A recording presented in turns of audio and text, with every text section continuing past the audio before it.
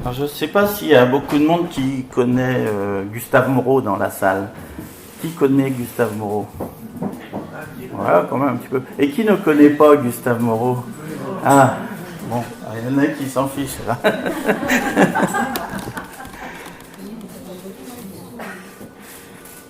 Bon, en fait, Gustave Moreau est le parfait spécimen de ces artistes géniaux qui ont été oubliés de leur temps et redécouverts par les surréalistes, puis oubliés de nouveau.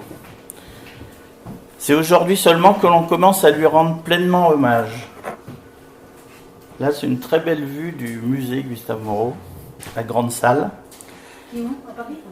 Le musée Gustave Moreau, qui était l'atelier de Gustave Moreau et son habitation, se trouve à Paris dans le 8e, pas loin de l'Opéra et de la gare Saint-Lazare. Voilà, rue de la Rochefoucauld, au numéro 14. En 1979, j'étais copiste dans ce musée. J'étais également copiste au musée du Louvre et j'ai vraiment apprécié l'étude du grand maître. Alors, André Breton, qui visita sa maison-musée dès 1919, à l'âge de 16 ans, la découverte de Moreau a conditionné pour toujours sa façon d'aimer. La beauté, l'amour, c'est là qu'il en a eu la révélation. À travers quelques visages et quelques poses de femmes, ça a été l'envoûtement complet.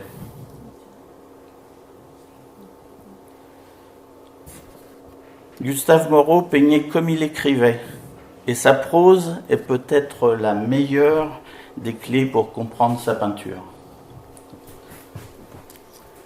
Ici, on est au début de sa carrière, sa peinture est assez académique. Et ce qui est intéressant chez Gustave Moreau, c'est la fin de sa carrière. On dit de lui que c'est le grand-père de l'art abstrait. Vous allez voir, et pour ça j'ai mis charnière de l'histoire de l'art. Il a vraiment ouvert une porte à beaucoup d'artistes modernes. Comme André Breton, Salvador Dali est lui aussi fasciné par Gustave Moreau. Il en parle comme d'un maître grandiose. On voit ici Salvador Dali en méditation. Il venait souvent se mettre à genoux et comme dans un temple. C'était son lieu de recueillement, le grand escalier du musée.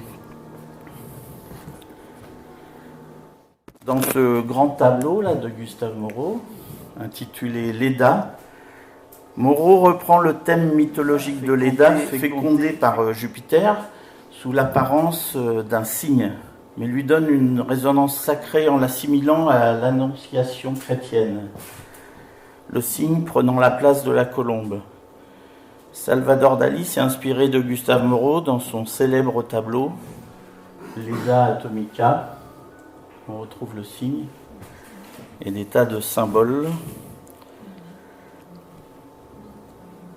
J'aime beaucoup cette photo qui a été prise dans le musée Gustave Moreau en 1974.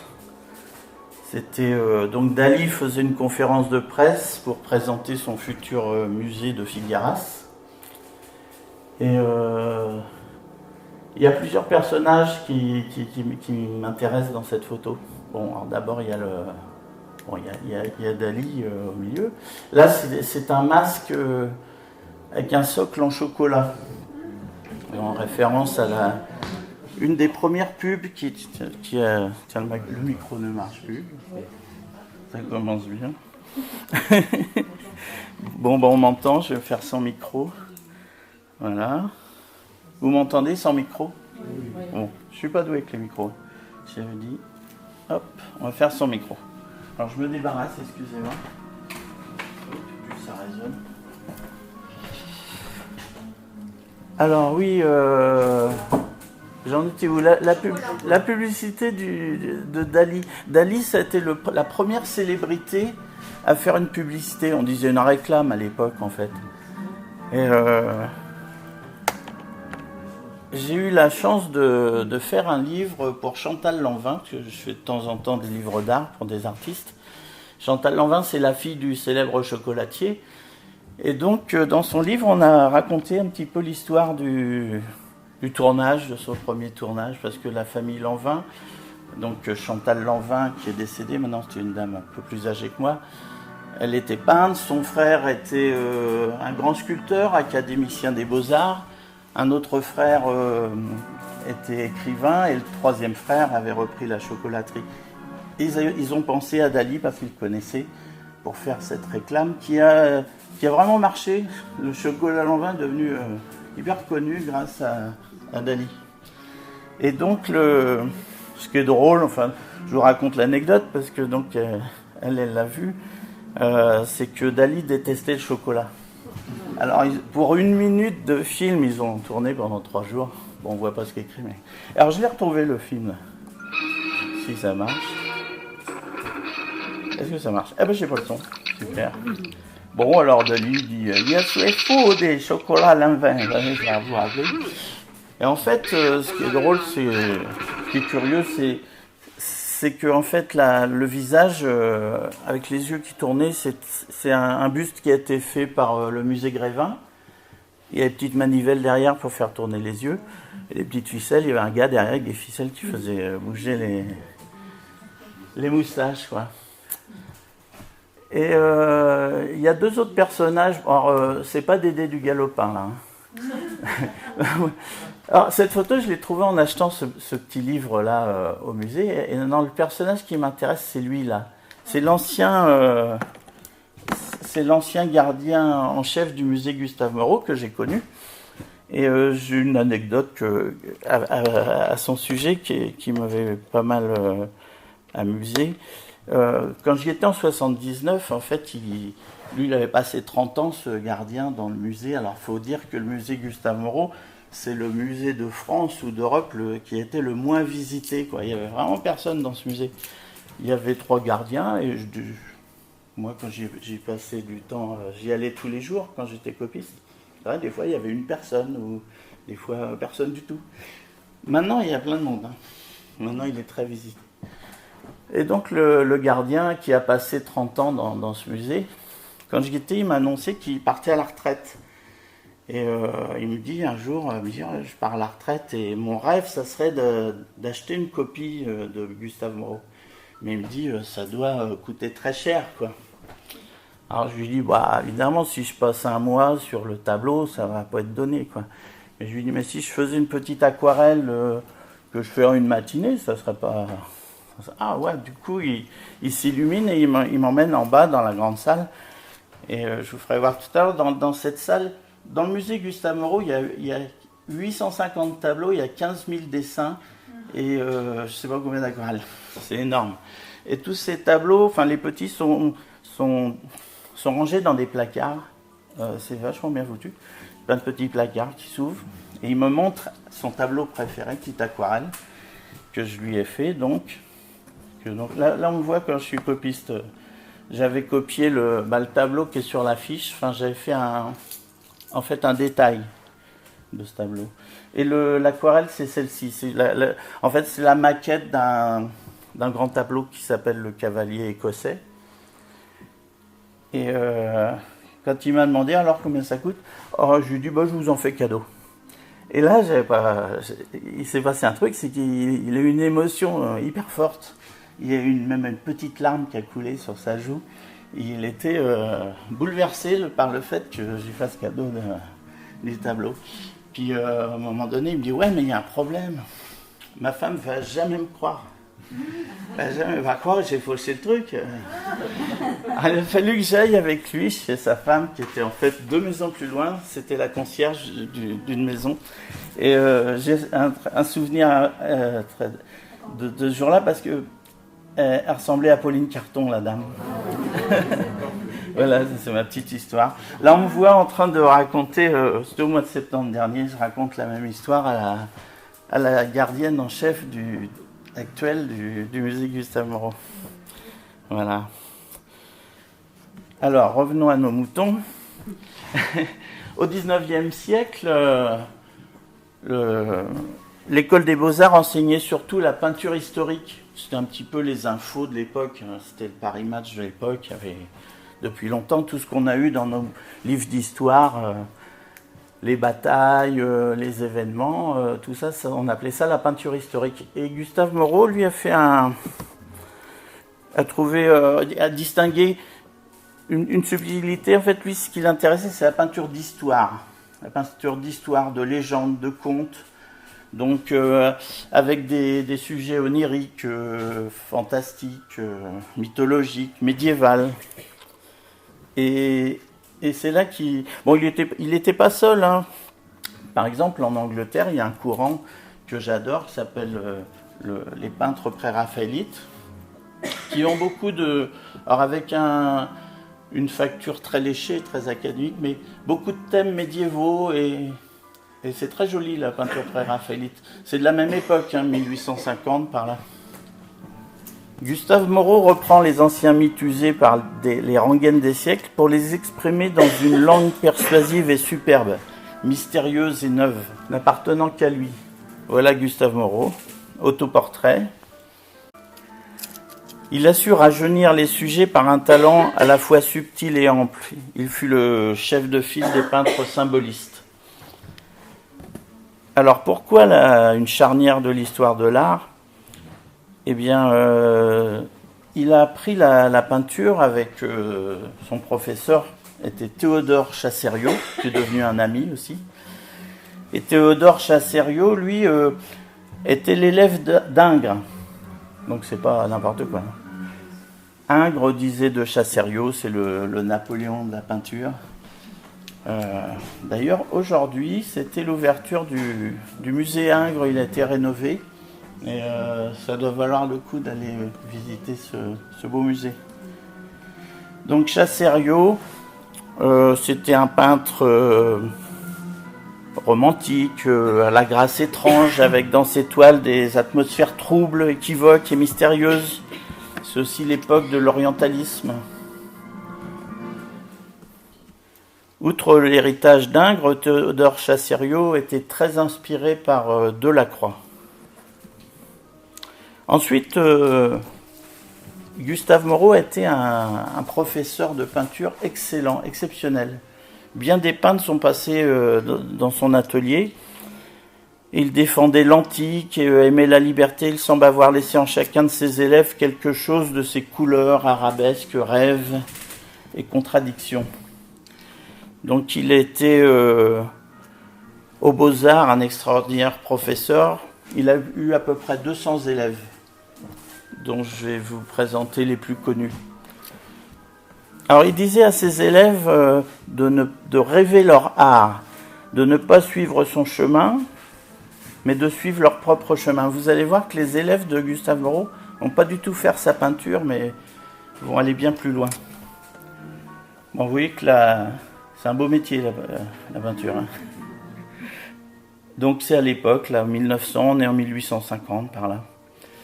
Alors, Gustave Moreau, c'est le chef de file des symbolistes. Ses élèves, ça sera les fauvismes et les impressionnistes.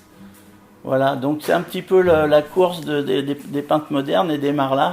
Là, on est en 2000, 1800, vous voyez. C'est vraiment le chef de file de la première course vers l'art moderne. Voilà quelques élèves illustres de Gustave Moreau.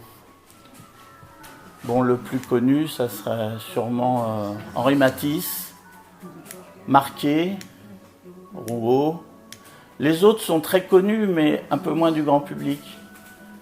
Mais vous les trouverez au musée d'Orsay, dans les grands musées. Et là, donc, la plupart font partie du courant des peintres fauvistes. Voilà Henri Matisse, figure majeure du XXe siècle. Son influence sur l'art est considérable par l'utilisation de la stylisation, de la synthèse de la couleur comme seul sujet de la peinture, aussi bien pour les nombreux peintres figuratifs ou abstraits qui se réclameront de lui et de ses découvertes. Henri Matisse fut lui le chef de file du fauvisme.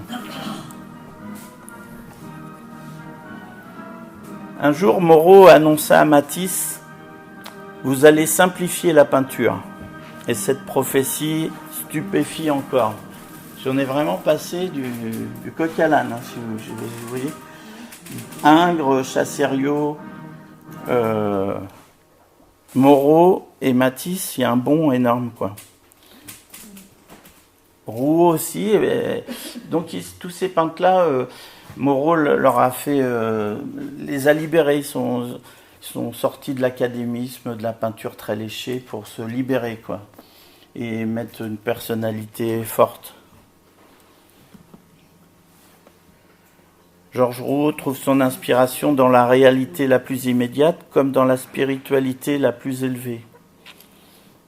Rouault fut à la demande de son maître le conservateur du musée Gustave Moreau dès son ouverture en 1903. Alors là, un des trois élèves les plus connus de Gustave Moreau, Albert Marquet.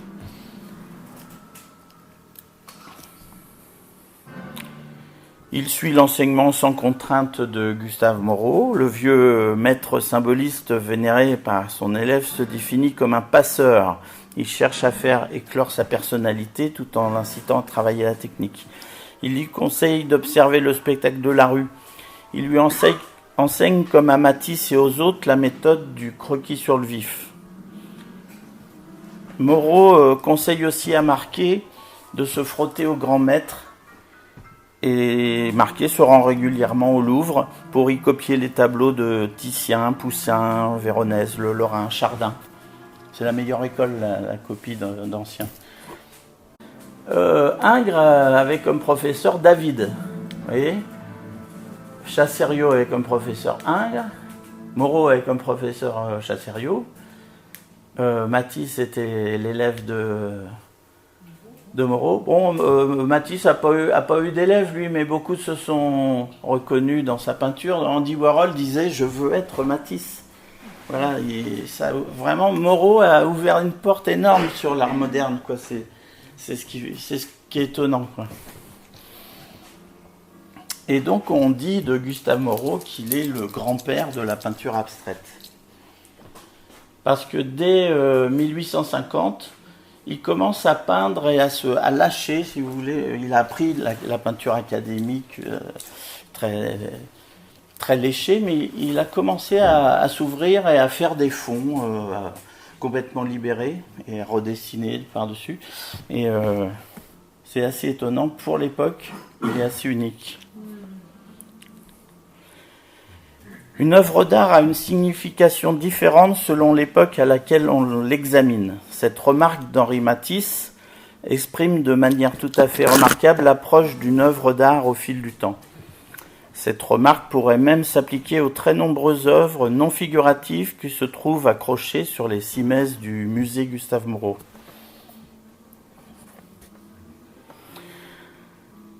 Dès l'ouverture du musée en 1903, certains critiques perçoivent que les œuvres non figuratives de Moreau sont en fait les prémices d'une œuvre aboutie. Moreau commence par établir de surprenantes compositions simplifiées dans une gamme colorée restreinte. Ce qui caractérise les rapides mises en place de ces ébauches est le choix préalable d'une dynamique qui semble obéir au principe qu'énonça Moreau. Réduire toutes les harmonies des tableaux à des camailleux. Dans ces œuvres, les détails sont éliminés, seuls demeurent les champs chromatiques essentiels, qui auront leur postérité chez Matisse et bien d'autres. Issu de la génération romantique, Moreau est habité par cet amour de la couleur qu'il transmet à ses élèves. Fondateur du fauvisme, c'est comme il le dit lui-même, le pur champ plastique qui l'intéresse. Alors je vous ai présenté l'héritage de Gustave Moreau, que Gustave Moreau a transmis à ses élèves et aux artistes futurs, mais bon, on va revenir un peu en arrière. Moreau, à ses débuts, vers 1850, puis 1845, quand il commence à peindre, il est copiste aussi. Il est copiste au Louvre et en Italie. Donc il a fait de très, très grands tableaux, il a vraiment étudié, c'est un chercheur, c'est un peintre qui n'a pas vraiment fait de commande, qui n'a pas travaillé pour des galeristes. Bon, il avait la chance d'avoir un héritage, de ne pas avoir besoin de travailler. Donc c'est un chercheur, son atelier musée, c'est un laboratoire. Et ce qui est unique, c'est que 80% ou même 90% de son œuvre sont dans ce musée. Donc quand on étudie son œuvre, elle n'a pas été dispersée plus que ça. Et c'est passionnant, quoi.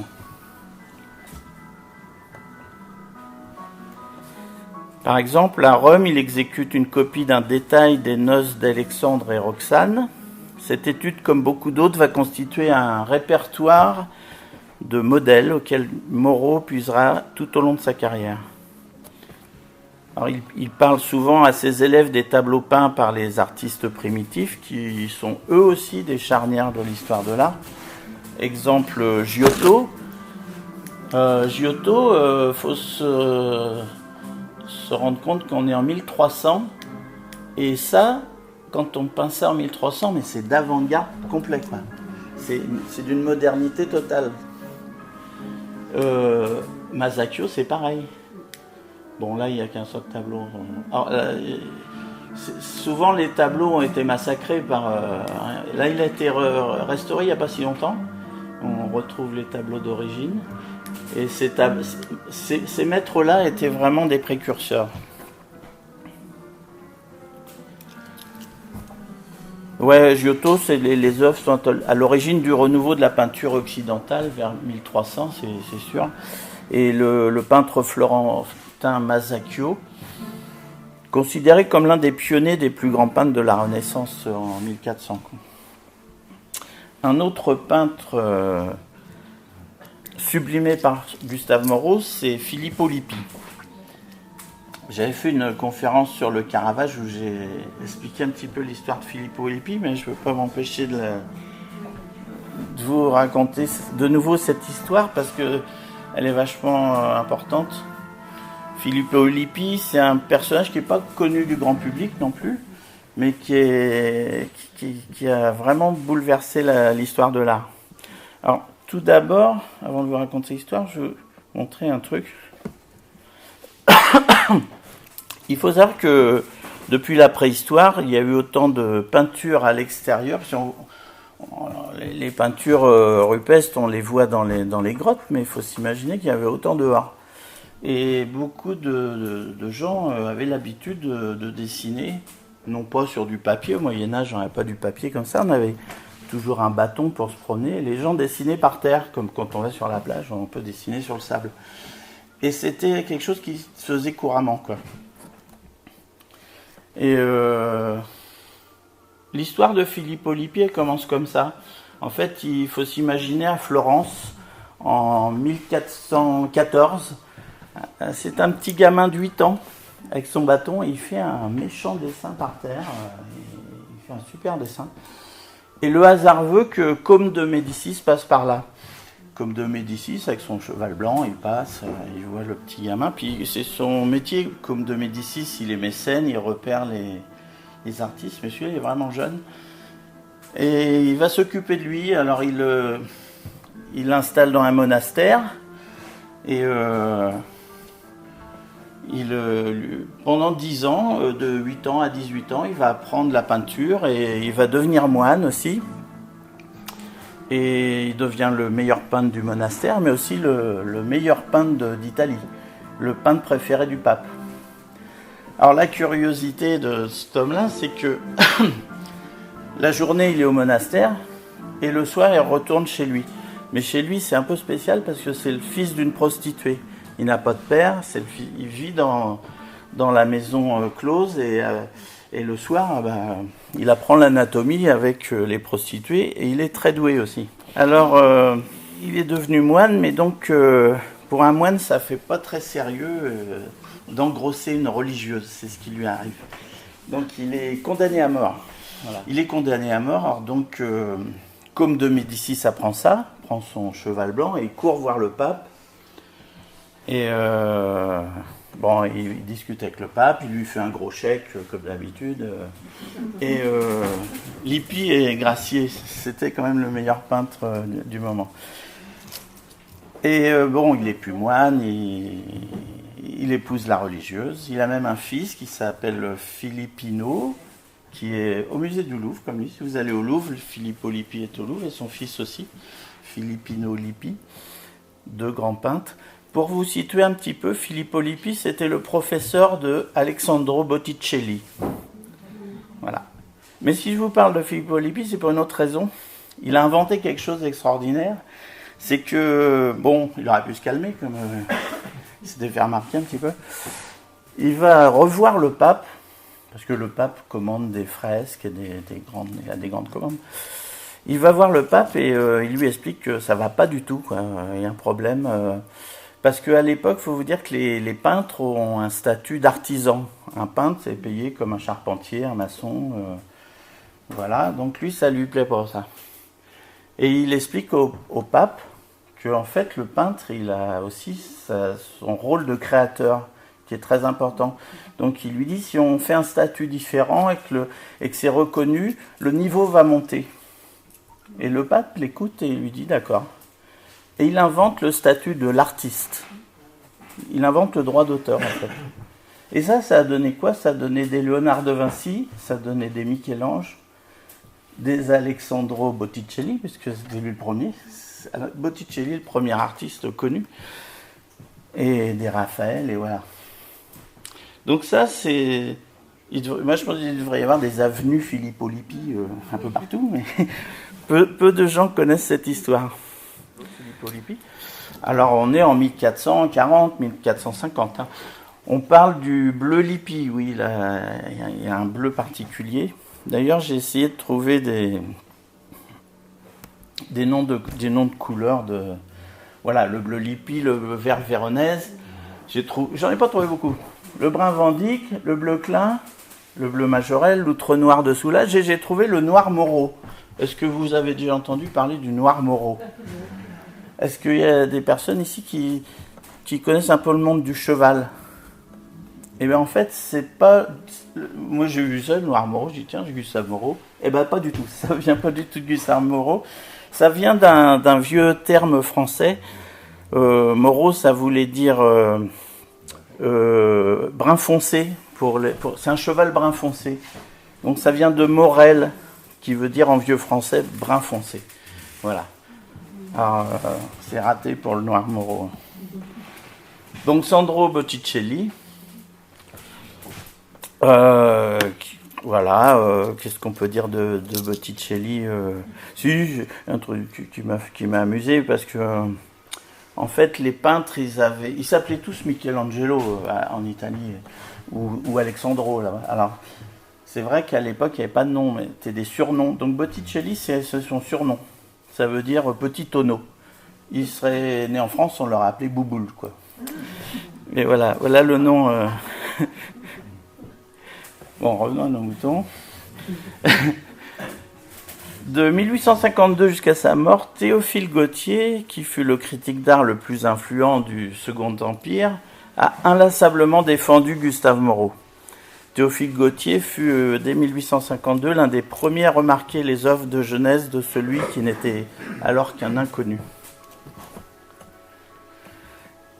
Moreau devra d'ailleurs attendre plusieurs années pour être enfin remarqué au Grand Salon, avec ce tableau qui s'appelle Oedipe et le Sphinx. Cette toile a été achetée par le prince Jérôme Napoléon. Mais les critiques furent si négatives que Moreau évita d'exposer pendant près de 12 années. Son retour avec l'apparition lui valut enfin un beau succès. Donc il exposait très peu, il travaillait, mais il exposait très peu. Alors ici on voit justement dans la différence entre ces deux peintures. Là on est sur un tableau qui est quand même assez léché, travaillé. Et dans ces tableaux qui viennent ensuite, eh bien, il commence à faire les fonds au chiffon. C'est abstrait déjà derrière. Et après, il va dessiner avec de l'encre de Chine noire et blanche. Et il a une technique très particulière et c'est ce qui va amener aussi à la peinture abstraite sur les fonds, quoi, en travaillant ces fonds. ce tableau, le tableau qui est là, non, celui-là. Ce tableau, c'est parce qu'il fait une fixette sur Salomé, Gustave Moreau. Où il y a Salomé partout.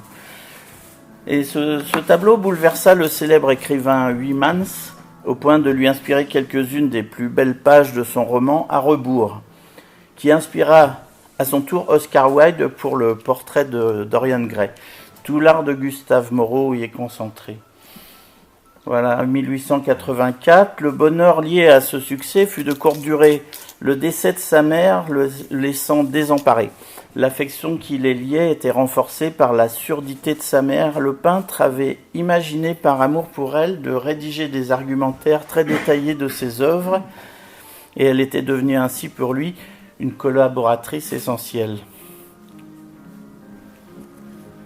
Les ténèbres et la nuit tombante furent, avec sa vieille mère, les principales alliées de Gustave Moreau.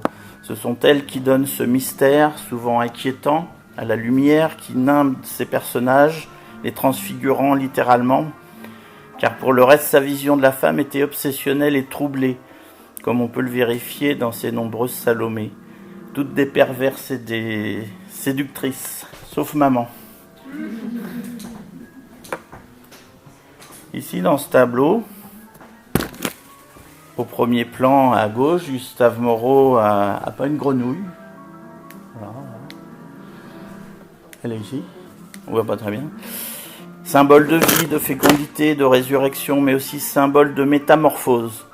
Le désir veut la métamorphose. Celui qui ne vient pas pour la métamorphose sentira les griffes de la morsure du mépris. Sur la droite, un serpent d'eau enfante une nymphe couronnée qui contemple sa reine. La femme est la seule gardienne de son propre mystère. Nul ne peut s'en approcher par effraction. La fée de Moreau est la gardienne du rêve de l'homme afin que son désir vienne auprès d'elle s'y métamorphoser. Gustave Moreau voyait son art comme un silence passionné. Il s'était donné pour but de rendre visibles ces éclairs intérieurs qui ont quelque chose de divin et qu'on ne sait à quoi rattacher. Donc, comme je disais tout à l'heure, Gustave Moreau faisait vraiment une fixette sur Salomé. Il y a je ne sais pas combien de tableaux sur le même sujet. C'est l'un des rares peintres français à avoir capté l'essence des mythes anciens, qu'il a restitué dans son art singulier, tout entier voué à la contemplation et à la rêverie. Alors, ce n'est pas un peintre à succès. Sa seule commande officielle, c'est un chemin de croix, un ensemble de 14 tableaux, 14 toiles, peintes en 1862 à l'âge de 36 ans. Et donc, oui, alors on nous demandait où est-ce qu'on peut voir les tableaux de Gustave Moreau. Alors essentiellement au musée Gustave Moreau, mais il y a quand même de quelques très belles pièces dans des grands musées à New York, Chicago, il y a la liste là. Mais voilà où est-ce qu'on peut trouver les tableaux. Pas très loin d'ici, c'est une rareté. Gustave Moreau, en fait, l'histoire, c'est à l'église Notre-Dame de Casseville. En fait, 3 amis ont participé à une aventure humaine et culturelle extraordinaire. Sortir de l'oubli le chemin de croix de Gustave Moreau. Alors en fait, Élie Cabrol, qui était le directeur des usines et des houillères de Casseville, avait commandé un chemin de croix à Eugène Fromentin. Fromentin, c'était un peintre orientaliste. Et comme Fromentin ne pouvait pas le faire, il a proposé à son ami Gustave Moreau de faire cette réalisation. Tout va très vite. L'œuvre est achevée en 1863, et trouve place dans l'église Notre-Dame de Casseville. Mais le peintre Moreau pose une condition. Il veut que cette œuvre reste anonyme. Alors son vœu sera en partie exaucé. Dans l'article, ils disent qu'on ignore la raison de ces cachotteries, mais en fait, si vous voulez, Moreau n'était pas satisfait de ces tableaux. Il avait fait cet ensemble pour dépanner Fromentin, mais il n'en était pas satisfait. Donc il a demandé à ce que ça reste anonyme. Mais c'est quand même un chef-d'œuvre. J'ai pas encore été le voir, mais un de ces 4, je vais y aller. Il y a des personnes qui ont été le voir aujourd'hui, je crois. Alors, il s'agit quand même du seul chemin de croix symboliste qui existe au monde. Œuvre classée monument historique. Oui, Marcel Proust en fait mention dans le manuscrit original de son roman Jean Santeuil, en 1895. Il dit « Une descente de croix qu'il n'avait pas signée et que presque tout le monde ignorait, et qui était là. Et l'église de Decazeville était le cimetière ignoré de celle-ci, et qui dormait là, de son sommeil séculaire. » À part cette commande, il expose très peu, en dehors du salon. Merci. Ah, super.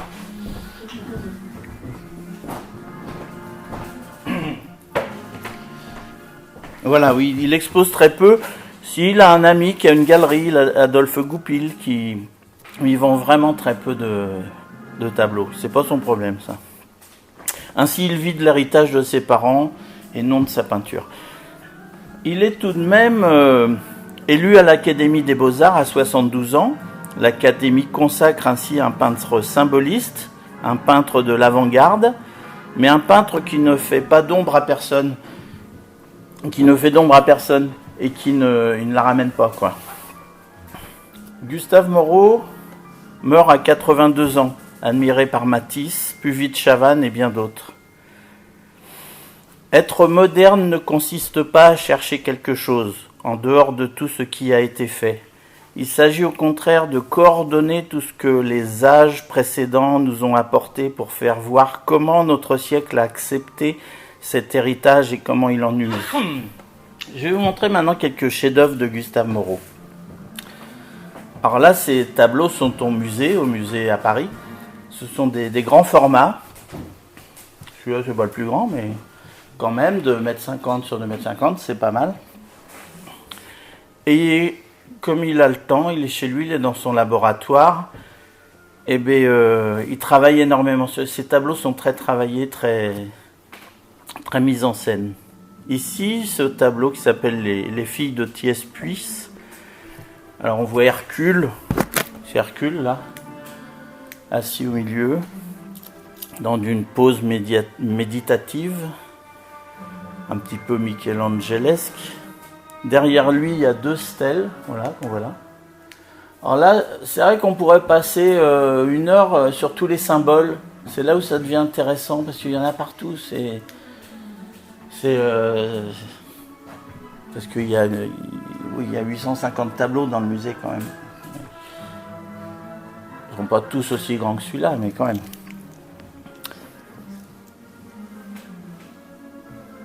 Donc, bah oui. Là, c'est un détail, le détail en bas à droite. Bon, l'histoire de ce tableau, c'est... Je vais baisser un peu la musique. Là. Chiant. On peut l'arrêter. Oui. Ah oui, on l'arrête. Alors, c'est le fils de Jupiter, qui s'appelle Alcmène, avait mis à mort le lion de Cithéron, qui ravageait les troupeaux du roi Thespius. Ce dernier, le roi, là, soucieux de sa descendance et pour prouver sa reconnaissance aux héros qui séjournaient chez lui, fit en sorte qu'il s'unisse à ses 50 filles. Il y a du boulot, hein. Donc ça, c'est un thème, hein. Vous voyez, s'il y a des peintres dans la salle qui cherchent un thème pour leur tableau, c'est quelque chose. Dans pas mal d'œuvres, on retrouve aussi les licornes. Cette peinture s'inspire des 6 célèbres tapisseries de la Dame à la licorne du musée de Cluny. Voilà, ici. Moreau mêle des motifs ornementaux d'origine médiévale à d'autres inspirés de la Renaissance. On aperçoit aussi, là, vous voyez, la nef des fous de Jérôme Bosch. Donc il y a toute une mise en scène aussi avec tous ces tableaux qu'il a étudiés dans les musées, qu'il a copiés. Tout se retrouve en fait, il y a tout un cheminement avec tous ces symboles. Bon, le symbole de la licorne, en fait, c'est ces animaux légendaires réputés farouches qui ne se laissaient approcher que par des vierges. Donc voilà, s'il y a une licorne, c'est qu'il y a une vierge. Il y a le lys, tout est symbolisé. Des licornes, thème récurrent chez Gustave Moreau. Alors ici, c'est le tableau le plus grand du musée, ce tableau-là. Il a mis 40 ans. Il a travaillé dessus pendant 40 ans, de 1860 à sa mort. C'est un tableau qui est assez gigantesque et qui foisonne et qui a des tas de symboles aussi dans tous les sens. Voilà. Les prétendants. Alors au premier plan, il y a ce personnage là. Tout d'abord, il y a au premier plan des corps inertes de jeunes hommes occupent l'espace. Malgré la mort qui vient les frapper, ils restent beaux et sensuels. Le plus théâtral, un prince bleu, voilà, il est là, vêtu, vient d'être frappé par une flèche. Décoché par Ulysse, c'est qui l'Ulysse ? Ah oui, il est là. Que l'on aperçoit derrière. Le jeune homme que la mort vient de frapper se tient debout, son visage levé, lèvres entrouvertes, c'est le visage d'un amoureux.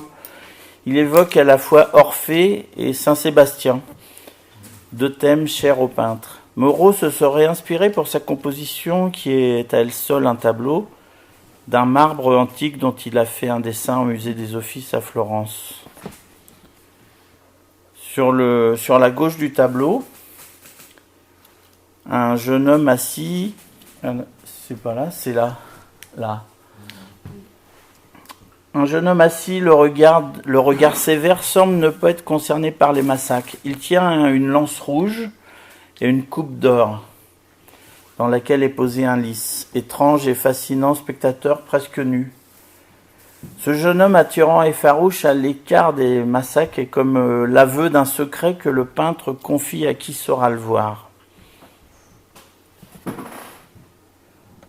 Alors que Moreau représente dans ses toiles la femme quasi androgyne, froide et maléfique, les hommes sont ici, bien que morts, plus vivants et moins symboliques que ces figures féminines. Ces corps juvéniles frappés dans leur force et leurs éclats sont comme autant de victimes de leur désir pour la femme. On lit dans cette immense composition les fantasmes du peintre et l'attirance qu'il a tenté de dissimuler toute sa vie pour les jeunes hommes.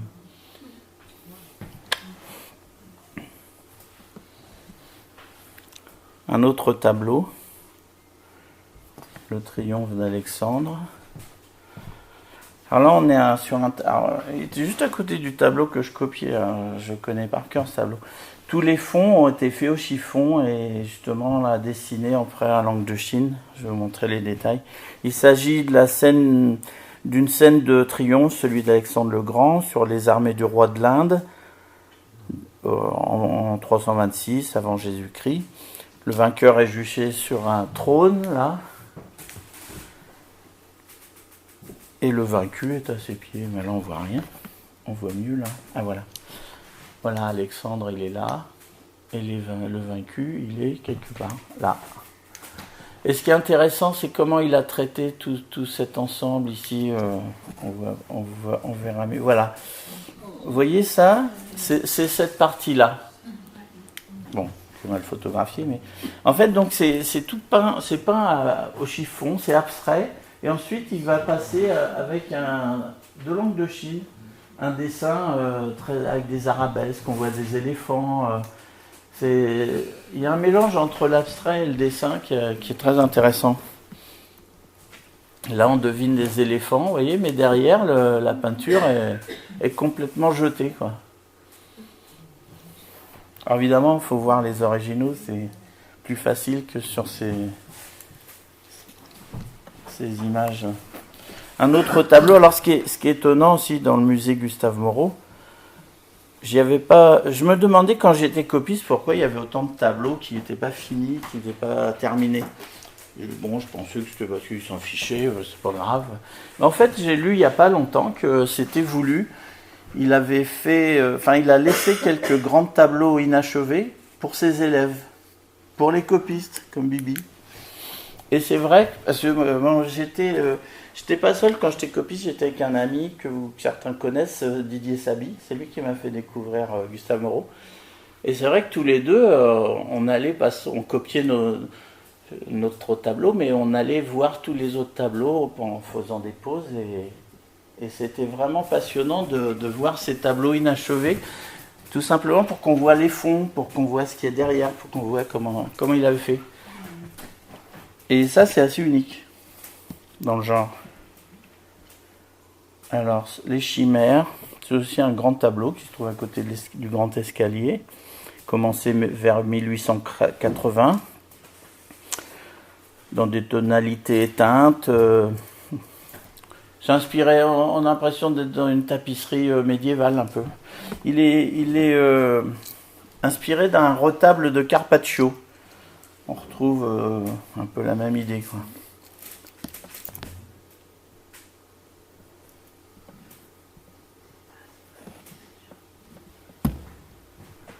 Alors il y a tout un ensemble de personnages. Elle fait se côtoyer toutes les formes de la passion, de la fantaisie, du caprice chez la femme. Il y a beaucoup de femmes dans les personnages. Les personnages sont plus souvent accompagnés du monstre, de la chimère qui a engendré leur imagination. On distingue au centre l'allégorie de la luxure et plus bas une figure énigmatique, Ève peut-être, enlaçant un serpent à tête humaine. Les femmes ici rassemblées sont à divers stades de leur évolution spirituelle. Les rochers escarpés, les montagnes symbolisent le chemin qu'elles ont encore à parcourir. Dernière étape de la vie, dernière épreuve régénératrice et bienfaisante, dernier refuge de l'être qui a pu éviter ou vaincre. Après les épreuves cruelles, le rêve chimérique, le rêve terrible de ruine, de douleur, de mort. De mort. Bon, j'avais mis ce dessin pour un ami qui aime les tortues, mais il n'est pas là. C'est dommage. Tortue avec une tête de femme. Alors là, on arrive sur le tableau Jupiter et ses mêlées, véritable synthèse de l'art de Gustave Moreau. On peut le considérer comme son testament pictural. Ce tableau est une représentation divinisée de l'amour physique. L'insoutenable épreuve qui consume ces mêlées a été comparée à l'expression la plus somptueusement imaginable d'un orgasme. À propos de cette œuvre, Gustave Moreau écrit lui-même « Le Dieu tant de fois évoqué se manifeste dans sa splendeur encore voilée. Ces mêlées pénétrées des effluves divines, régénérées, purifiées par le sacre, meurent foudroyées, et avec elles le génie de l'amour terrestre, le génie au pied de bouc. À la base du trône, deux allégories, la mort, qui venant d'accomplir son ouvrage porte une épée ensanglantée, et la douleur qui, couronnée d'épines, tient un lys symbole de pureté. Alors ce tableau, oui, j'ai copié. Voilà, ce que j'ai copié, c'est ce morceau-là. Et Didier Sabi avait fait celui-là, qu'on a vu tout à l'heure. Alors ça n'avait pas été simple de rentrer au musée Gustave Moreau, parce que on a été reçus dans ce bureau, qui était le bureau de Gustave Moreau. Il faut expliquer que dans ce musée, c'était sa maison. Donc il y a son bureau, il y avait la salle à manger, la chambre, mais quand le musée est ouvert, après sa mort, quand le musée est ouvert en 1903, Gustave Moreau a demandé que l'appartement reste fermé pendant un siècle. Plus personne ne pouvait rentrer dans l'appartement. Et il a été ouvert en 2015, il y a très peu de temps, il y a 4 ans. Et donc là, on y était au mois de septembre, tout a été rénové. Et donc le bureau, moi je l'ai connu en 79, j'avais été reçu avec Didier Sabi par le conservateur. Et il ne voulait pas qu'on soit copiste, on était copiste au Louvre, mais ça ne l'intéressait pas. Il pensait qu'on faisait ça pour l'argent. Alors il a fallu qu'on discute et puis qu'on le persuade de notre admiration pour le maître. Et en fait, au bout d'un moment, ça a marché. Ce fut une belle expérience. Là, on est dans la salle au-dessus de la grande salle, où donc moi je travaillais.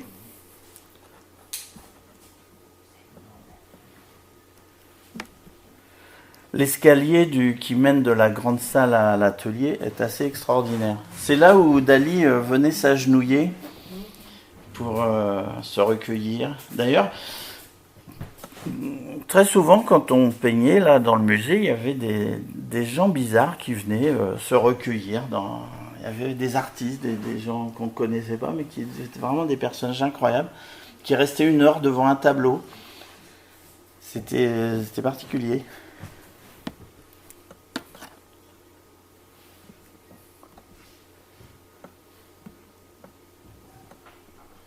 Alors il y a effectivement quelques sculptures de Gustave Moreau. Il a travaillé la sculpture sur la fin, mais il n'y en a pas énormément. Il y en a une trentaine. Il avait le projet de faire des grands formats, mais ça n'a pas abouti. Alors là, ce sont les pièces qui ont été rénovées. Donc le salon, la chambre, la salle à manger. Alors c'est très chargé, c'est rempli de tableaux. Mais c'est Gustave Moreau qui a fait la présentation, c'est lui qui a décidé tous les emplacements et ça a été respecté, quoi.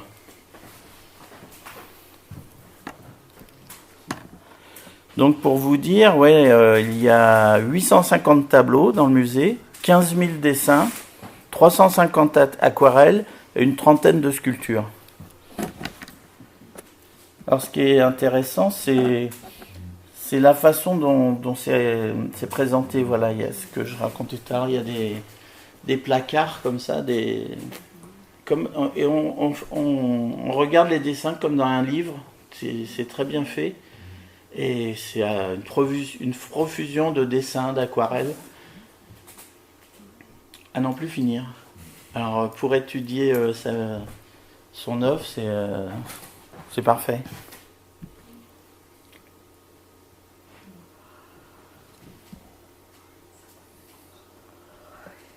Là c'est la même chose, mais ce sont le meuble avec les peintures à l'huile. Donc c'est dans une petite pièce et il y a 400 peintures dans cette petite pièce. Voilà. C'est assez unique, hein. Je ne connais pas beaucoup de musées comme ça.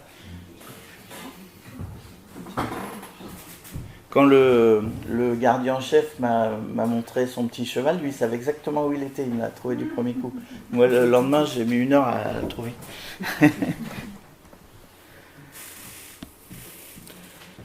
La peinture, c'est une langue divine. Un jour viendra où l'on comprendra l'éloquence de cet art muet. C'est cette éloquence dont le caractère et la puissance sur l'esprit n'ont pu être définis, à laquelle j'ai donné tous mes soins, tous mes efforts. L'évocation de la pensée par la ligne, l'arabesque et les moyens plastiques, voilà mon but. Mais pourquoi Gustave Moreau tenait tant à son musée personnel? Sûrement parce qu'en 1900, le monde change, Paris se transforme, le vieux maître veut rester dans l'histoire. Alors sa maison sera un témoignage de cette époque révolue. C'est réussi, son œuvre intéresse maintenant et intrigue toujours. Et en arrêtant le temps jusque dans sa chambre, à coucher, Moreau est rentré dans l'histoire.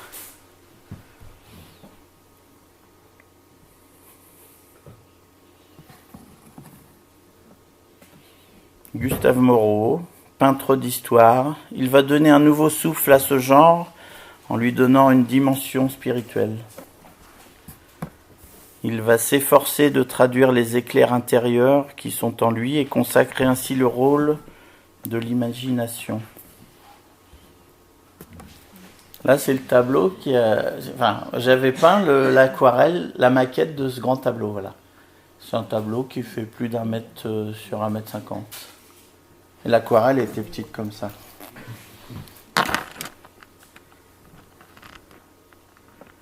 Sa peinture fait davantage rêver que penser. Elle vise à transporter le spectateur vers un autre monde. Il n'est donc pas étonnant que les surréalistes se soient revendiqués de lui. André Breton dira que son génie a été de revivifier les mythes antiques et bibliques. Gustave Moreau est un amoureux du dessin et de la couleur, et par le choix de ses sujets, il veut s'abstraire du réel et du vécu.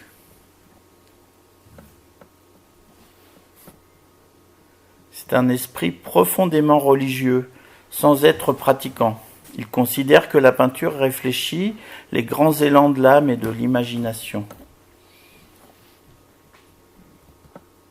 Son travail représente un monde complexe et surprenant, tiré des anciens mythes et de ses propres interprétations, mystérieuses et ambiguës. Outre les symboles et les détails que l'on voit apparaître dans sa peinture, il va effectuer un travail de coloriste exceptionnel. Tout y est travaillé pour obtenir des tons rares, des bleus et des rouges éclatants, des ors roux, des ocres patinés. L'artiste ne peint pas ce qu'il voit, mais ce qu'il ressent. Le personnage de Salomé est important dans l'œuvre du peintre. Il y réunit son attrait ou sa méfiance pour les femmes castratrices et pour la mort.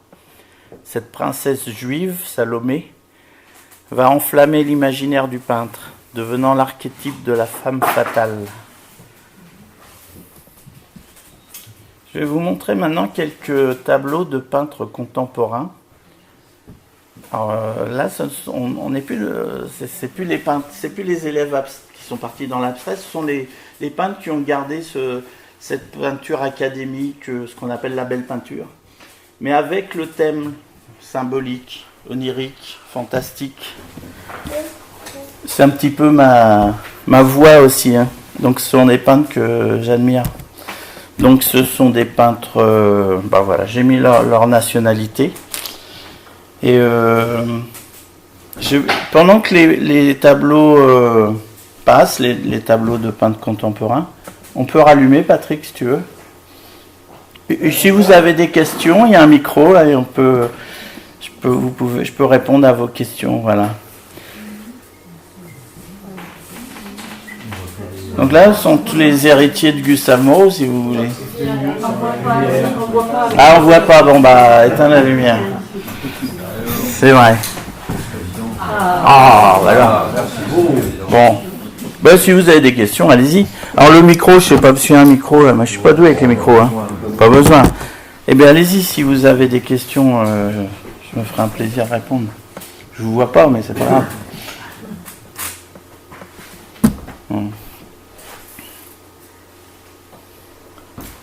Ouais, on a une idée du budget charnière au musée Gustave Moreau. J'avais dit que c'était une charnière de l'histoire de l'art, mais c'est vrai que tu imagines 15 000 dessins, donc il y en a 3-4 par vitrine, ça fait un paquet de vitrines avec des charnières en effet. Je sais pas si quelqu'un a eu un jour la patience de les regarder tous, mon avis c'est impossible.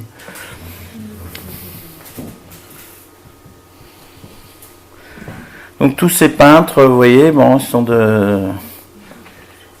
anglais, américains, russes. Sont les meilleurs. Hein. Si vous allez sur mon site internet, il y a un lien sur ma page Facebook. Et sur ma page Facebook, j'en ai sélectionné 1001. J'en mets pas plus parce qu'il pourrait en mettre plus. Il y a 1000 peintres comme ça que j'ai sélectionnés qui sont des super peintres, quoi. Qui ne sont pas connus du grand public. Alors, vous les voyez souvent, vous les connaissez ces peintres? Moi, on les connaît pas. Ce sont des peintres magnifiques. Alors là, on n'est pas dans l'art abstrait, hein, on est dans le symbolisme. Mais là, c'est traité à l'ancienne, ce qu'on appelle la belle peinture. Là, c'est une amie peintre, j'ai exposé plusieurs fois avec elle. Elle organise des expositions sur le fantastique, le symbolisme et tout ça. On a fait 2-3 grandes expositions. C'est à Chalais, au château de Chalais, où il y avait une cinquantaine de peintres internationaux de cette qualité. Souvent des grands formats, hein. Au moins 1 mètre carré, quoi, ou peut-être même ce format, quoi.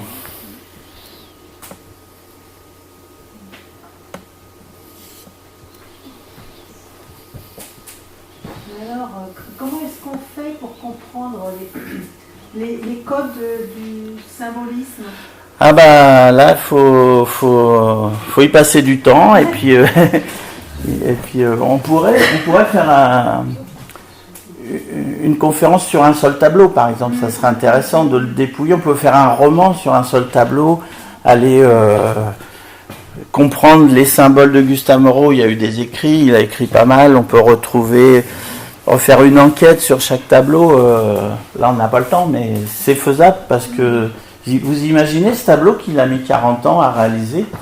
Et, c'est un vrai film, quoi. Ça pourra peut-être qu'un jour ça sera fait que quelqu'un fasse un film ou un livre sur un seul tableau. Ça serait intéressant.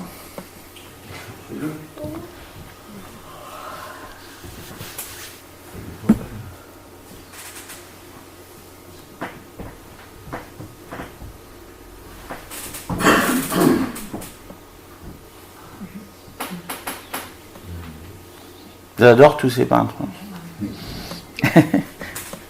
Et encore, j'en ai sélectionné qu'une trentaine. Hein. Donc sur mon site, il y en a 1000. Il n'y a pas de pareil. Hein. Et ils sont tous aussi fantastiques. Moi, je voudrais poser la question. Vas-y. C'est pas un tableau alimentaire, parce que tu as 40 ans pour le construire. Ben non, justement, voilà. Quelque chose de fabuleux. Gustave Moreau, il n'avait pas ce problème de vendre ses tableaux. Est-ce que c'est une donnée impérative de ne pas avoir le souci du quotidien pour devenir artiste? Bah c'est pas mal, hein. Moi je connais pas mal de collègues peintres. Soit ils sont mariés avec une dentiste, soit ils ont eu un héritage pas possible. Ouais. Mais moi je suis marié avec une violoniste, c'est pas facile tous les jours. Je suis fils d'ouvrier. Alors je suis obligé de faire des commandes de tableaux, je fais beaucoup de choses, je fais pas que ma peinture. Gustave Moreau faisait que sa peinture, parce qu'il avait les moyens de le faire. Est-ce que dans chacun de nous existe un artiste? Je pense, oui. Oui, Moi je pense que sûrement. Moi je pense que si les artistes n'avaient pas des commanditaires et des échéances, c'est jamais fini un tableau. S'il y a un moment il ne faut pas le livrer, tu peux le peindre pendant 40 ans. pour étayer le désintéressement à l'art, le chemin de croix de Casseville a été payé 2800 francs. Oui, là, à l'époque. sa seule commande. Voilà. Sa seule commande, Gustave Moreau. Exact. Je crois que le DIP a été payé 8000 francs à l'époque. Peut-être, oui. Voilà. Enfin, pour 14 tableaux qu'il y a de Casseville, 2800 francs, c'est dérisoire. Même si c'est Oui, mais on ne se rend pas compte à l'époque. On se remet à l'époque. Oui, voilà. Le boulot tu parlais qui était copiste. Oui. Est-ce que c'est justement pour apprendre, comprendre, saisir la peinture des peintres? C'est pas un boulot, Non, c'est une étude. Oui, c'est pour comprendre la... D'ailleurs, moi c'est la directrice de l'école d'art qui m'a fait rentrer. J'avais 17 ans quand j'étais plus jeune copiste du musée du Louvre. Et c'est vraiment une étude. Gustave Moreau le conseillait à tous ses élèves. C'est pour comprendre c'est parce que dans la peinture, il y a deux choses. Il y a l'image, la représentation, et il y a la peinture. Et ce qui compte, c'est la peinture. La représentation, c'est un prétexte à peindre. Donc quand on peint une copie d'après une photo, ça ne sert à rien, parce qu'on n'a pas la peinture, on n'a que la représentation. Quand on fait une copie à 2 mètres, devant l'original, là, on voit la matière, on voit ce qu'il y a dessous, justement, encore plus avec Gustave Moreau. On voit les coups de pinceau et on voit la peinture. Et ce qu'on copie, c'est pas dans l'image, c'est la peinture, c'est la matière. On comprend la matière, les vernis, la façon de faire. Et ça, on peut le faire que devant un vrai tableau. Et autant le faire devant un tableau de parce que donc moi j'ai peint surtout l'école de Barbizon. J'ai peint Boucher au Louvre, j'ai peint Reynolds, un peintre anglais. Je connais les stylos, mais le peintre est excellent. J'ai peint Jean-François Millet, qui était un peintre de Barbizon. Alors bon, j'avais 17 ans au musée du Louvre, alors quand j'ai cherché le tableau que je devais peindre, à un moment donné, je me suis retrouvé dans l'école de Barbizon, ça me plaisait, puis il n'y avait personne là-haut. C'était un étage, je me dis, je vais être bien, là, il n'y a personne. Effectivement, parce que dans les grandes salles, en bas, il y a du monde. Hein. Alors, je me suis installé devant les glaneuses de Millet, puis j'ai fait mon tableau. Mais ce que je ne savais pas, c'est que dans le livre d'histoire des Japonais, il y a 3 tableaux. Il y a la Joconde, il y a un autre tableau, puis il y a les glaneuses de Millet. Donc tous les 20 minutes, j'avais un bus de Japonais qui venait. J'avais un bus de Japonais. J'ai hyper connu au Japon. Là. Ils arrivent, avec leurs appareils. Et donc c'est vraiment une étude, il n'y a pas mieux quoi, que de copier les...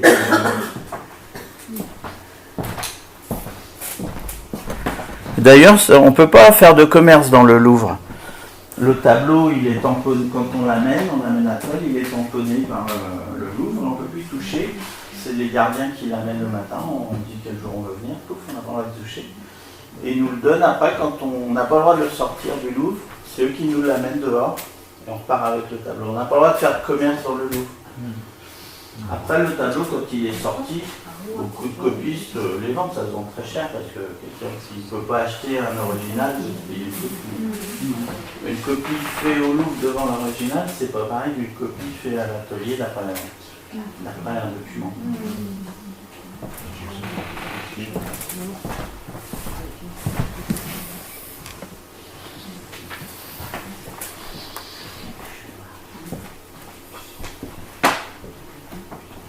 Tous ces tableaux sont pour la plupart des peintures à l'huile.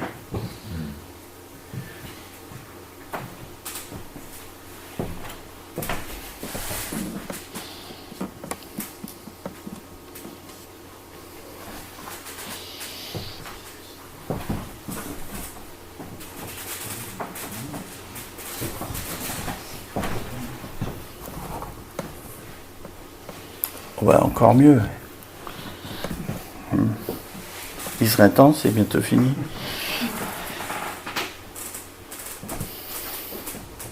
Une question, est-ce que Gustave Moreau connaissait la peinture de Jérôme Bosch? Oui, puisque si je me rappelle, dans un des tableaux, les licornes, il s'est inspiré de la Nef des Fous. Ouais. Et de toute façon, Gustave Moreau était copiste au musée du Louvre, il connaissait tous les tableaux du musée du Louvre. Moi j'ai été 2 ans copiste, je veux dire, j'ai tourné tout, j'ai tout regardé. Moi. Parce que quand on regarde un tableau, on regarde quoi 2 minutes. Je vous le laisse 5 minutes, ça commence à faire beaucoup. Quand on est toute la journée à regarder un tableau et qu'on le copie et qu'on y est 6 mois par exemple. Alors de temps en temps, quand je faisais une pause, je me prenais un quart d'heure pour aller regarder les autres tableaux. Et pendant 2 ans, j'ai regardé tous les tableaux du Louvre et je pense que tous les copistes font ça parce que c'est génial.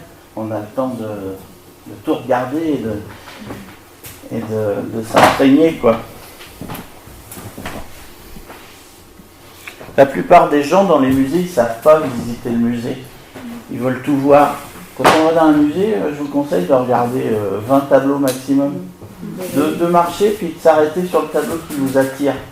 Puis de pas être à plusieurs, c'est bien d'être seul dans un musée, parce que c'est personnel. Quand on est à plusieurs, du coup, il y en a qui s'arrêtent là, d'autres qui s'arrêtent là, et du coup, on est saturé de peinture dans un musée. La plupart des gens ne savent pas, ils veulent trop, ils regardent trop. On prend une photo de chaque tableau. Ouais, mais c'est plus une méditation. C'est bien de... Je viens de faire une photo, c'est pas pareil. C'est pas interdit? S'il n'y a pas de flash, ça va. Ah oui.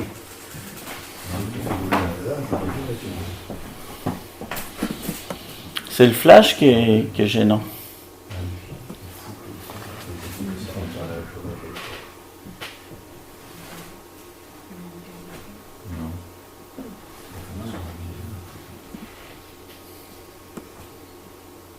Lui, je l'aime beaucoup. Verlaine. Bon, je les aime tous. Lui, j'ai exposé avec lui aussi à Chalais. C'était l'invité d'honneur.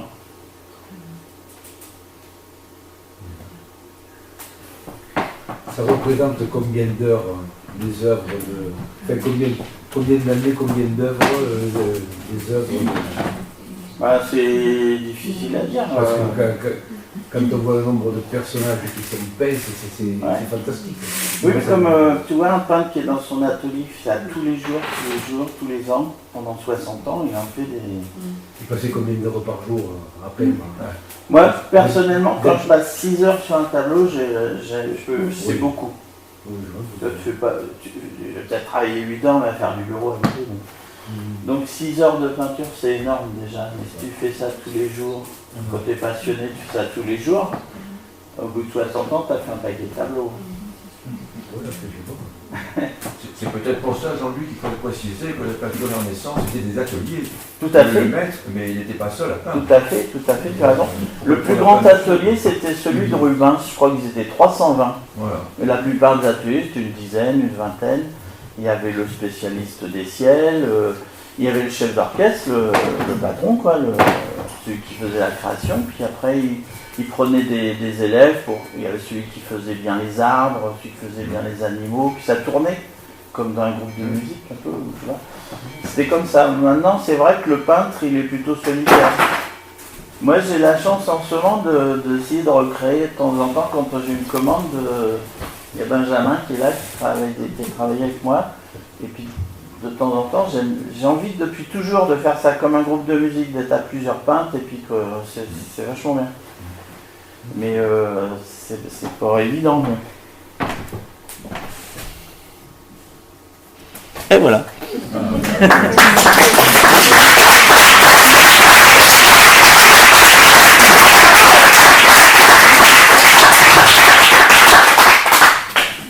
Et justement, tu peux nous raconter ce que tu fais à Paris dans la station de métro avec la gamme. Ah bah ça c'est alimentaire, c'est pas de la création, donc c'est un boulot. C'est de l'art publicitaire, c'est de la publicité. Et ce qui est intéressant, ce sont des grandes fresques énormes que j'aime bien, quand c'est grand. Et là, ils nous donne la possibilité de faire des peintures de 300 mètres carrés, de 200 mètres carrés. Ce sont des commandes, mais je sais pas moi qui fais la création pour le moment, ça va venir. Donc là, c'est un boulot, quoi. C'est un boulot. Ah bah c'est super, ouais.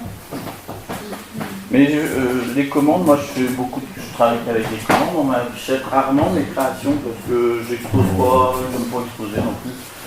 J'aime pas, enfin je travaille pas avec les galeristes. Les marchands d'art, il faut faire une peinture qui se vend facilement. Enfin, la peinture est compliquée, comme les tableaux qu'on vient de voir, donc c'est pas de la peinture commerciale.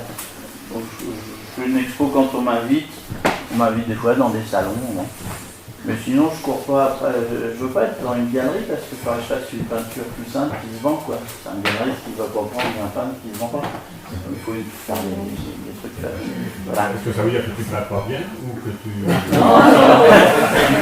Non, c'est pas ça, c'est que j'ai envie de liberté, moi j'ai envie de faire mes tableaux comme je le veux, et puis après ça fait pas. Donc pour travailler, je fais des commandes, voilà, pour la publicité ou des décors je fais des fois des décors dans les châteaux, chez les gens, chez les particuliers, suivant ce qu'ils ont envie. Là, je peins ce qu'eux auraient aimé peindre. Souvent, les collectionneurs ou les gens qui me commandent un tableau, c'est qu'ils auraient aimé le faire eux-mêmes, mais ils ne savent pas faire. Alors, je peins leur envie, et c'est intéressant. Je mets un peu de moi, mais je mets beaucoup d'eux. C'est pas. Alors, mes tableaux, mes créations à moi, c'est particulier. J'en ai beaucoup, je dois avoir une vingtaine à l'atelier. D'ailleurs, je vais dire, l'atelier gosse, il est ouvert au public depuis 30 ans. Ce qui est génial, c'est qu'il n'y a personne qui vient. Là, je suis tranquille. Mais c'est ouvert. Hein. C'est vrai, je ne mets pas de pancarte, je ne mets pas d'affiche, ça va. Vous le savez. Si vous voulez venir visiter mon atelier, c'est avec plaisir. Donc, en face l'église. Faut que je remette la pancarte à l'atelier gosse. C'est les gamins en jouant au basket qui nous disent. Je ne l'ai pas recollé. Voilà. Et par rapport à Gustave Moreau, là, donc, son œuvre, en fait, elle est pas dispersée. Eh ben, la plupart est au musée. La plupart, au moins 80% est au musée Gustave Moreau. Effectivement. Ce qui est assez unique. Oui, voilà. Ouais. C'était quoi sa vie privée? Gustave Moreau, il était marié, il avait des enfants? Non, alors Gustave Moreau, il a vécu solitaire avec sa mère. C'était un vieux garçon. Justement, on en a pris sur le table, mais plutôt. Ça aurait été plutôt. Ouais, il avait pas, sinon. Mais il a vécu seul en fait, avec sa vie maman. Il a qui le musée? À l'État, il a vu une amie quand même. Mais c'était platonique compagnie. Une amie. Ouais, voilà. Il a vu une amie. Et sinon, ouais, c'était un solitaire. Un vieux garçon. Ah ouais, c'est ça. Et son fils,